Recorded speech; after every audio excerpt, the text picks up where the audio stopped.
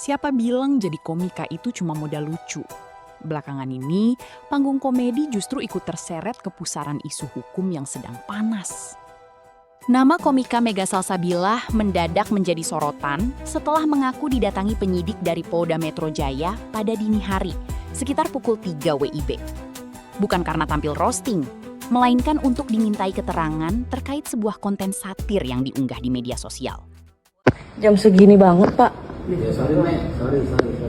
Maaf, mau ngobrol sebentar aja.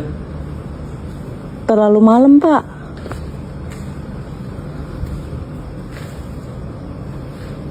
Kenapa ya? Iya, makanya sebentar aja.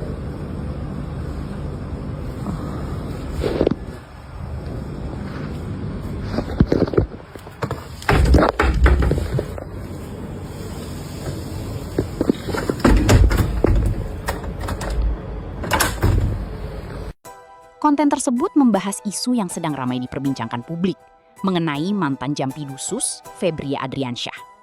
Dengan gaya komedi khasnya, Mega melontarkan kalimat satir yang menyinggung kabar tentang uang yang disebut-sebut ditemukan dan menyampaikan candaan bernada uang yang ditemukan ada yang punya. Kalimat itu kemudian ramai beredar dan memicu berbagai reaksi dari warganet. Bagaimana ada uang yang ditemukan di rumah Sentul, itu ada yang punya. Ada yang punya. Assalamualaikum warahmatullahi wabarakatuh. Nama saya Mega Salsabila. Saya ingin mengklarifikasikan bahwa uang yang ada di rumah Sentul adalah milik saya. Saya mohon maaf kepada masyarakat Indonesia atas kegaduhan ini.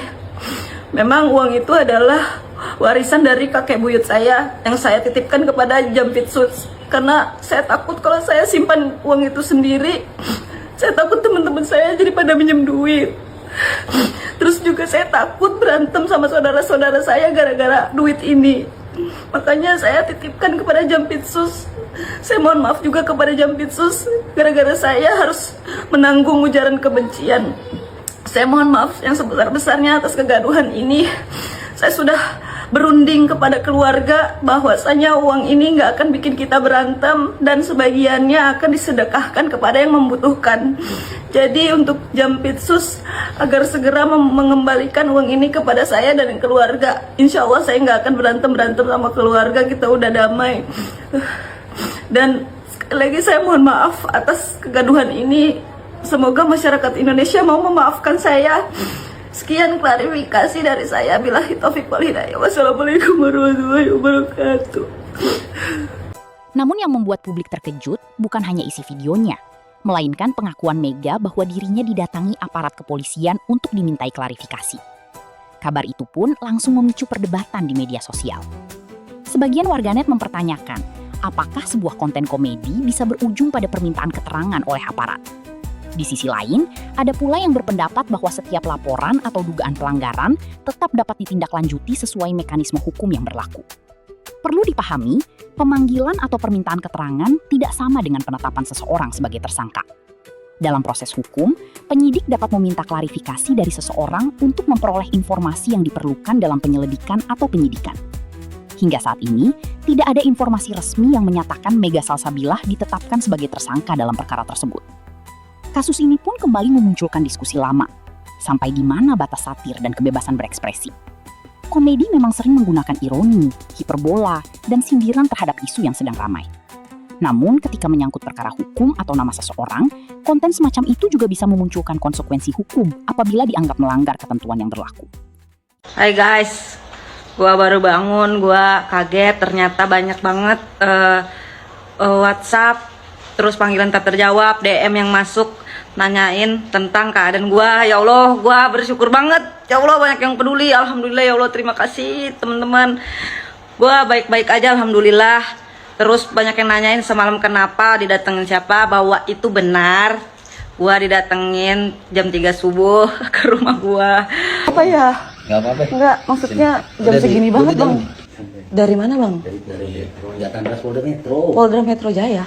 Sini. Enggak apa-apa. Enggak apa-apa lu. Jadi gua bikin konten lah guys, kayak tentang si Jaksa Febri yang duitnya ada duit di rumahnya. Karena dia bilang ini duit ada yang punya, terus gue bikin konten, iya itu mah punya saya, itu duit warisan kakek buyut saya. Itu konten satir karena menurut gue nggak masuk akal orang nyimpan duit kan di rumah orang lain. Jadi gue bikin konten kayak gitu, cuma duit gue. Nah, banyak orang-orang yang percaya dan mungkin termasuk orang-orang dari Polda Metro Jaya menganggapnya gue beneran ada hubungan sama duit itu kali ya.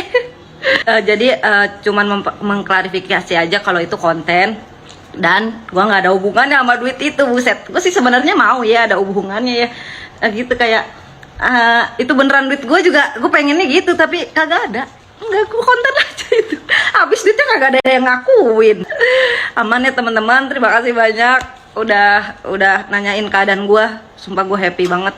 Banyak orang yang peduli sama gue, ya Allah. Alhamdulillahnya tuh kan tengah malam ya. Gue live Instagram. Itu banyak yang nonton, 300 sampai 400 orang gitu. Karena ternyata ada bola. Jadi alhamdulillah. Thank you guys.